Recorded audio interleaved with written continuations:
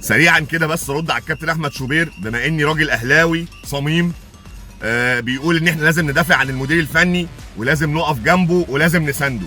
طب احنا هنساند المدير الفني بناء على ايه؟ بناء على النتائج، ولا بناء على الاداء، ولا بناء على التعادلات، ولا بناء على يعني ايه؟ هنقف جنبه بناء على ايه؟ النجاح ليه معطيات، وده راجل مش ناجح، ده راجل مش فاهم كوره، ده راجل ما دربش حد قبل كده، لا عنده سي في ولا عنده هيستوري ولا عنده بطولات ولا عنده فرق دربها نقدر نقول ان احنا ممكن نديله فرصه. واحنا كجمهور للنادي الاهلي لا بنستحمل خساره ولا بنستحمل مراكز متاخره ولا بنستحمل اداء منيل. احنا ما بنقبلش الكلام ده. انت بقى عايز تقبله، ليك مصالح جوه النادي، ليكوا مصالح مع ريبيرو، مش على حساب حرق دمنا احنا.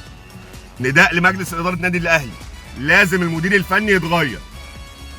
وسام ابو علي لما مشي كان لازم يكون في مهاجم، ومهاجم مظبوط ومهاجم تمام يخش مكانه. احنا ما كناش مستنيين محمد شريف هو اللي يجي مكانه، احنا مش مستنيين اي حد، كلش ان كان وحط مهاجم وخلاص واقفل الفرقه على كده ونبدا الدوري. الفشل واضح، النتائج واضحه، الاداء واضح، ومش محتاج ان احنا نقول اكتر من كده.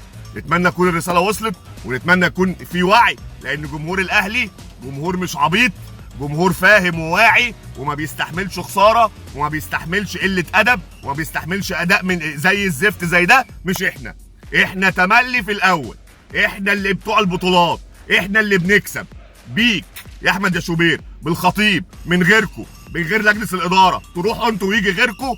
احنا لازم نكون في الصداره ونكون رقم واحد. الكلام اللي بيحصل ده مش مظبوط، ودفاعكم عن المدير الفني دفاع غير مبرر.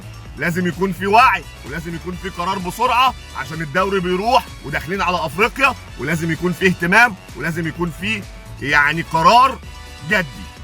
كان معاكم ميدو الصباغ، واتمنى يكون الفيديو عجبكم. ما تنسوش فولو ولايك، واشوفكم تاني على خير. السلام عليكم.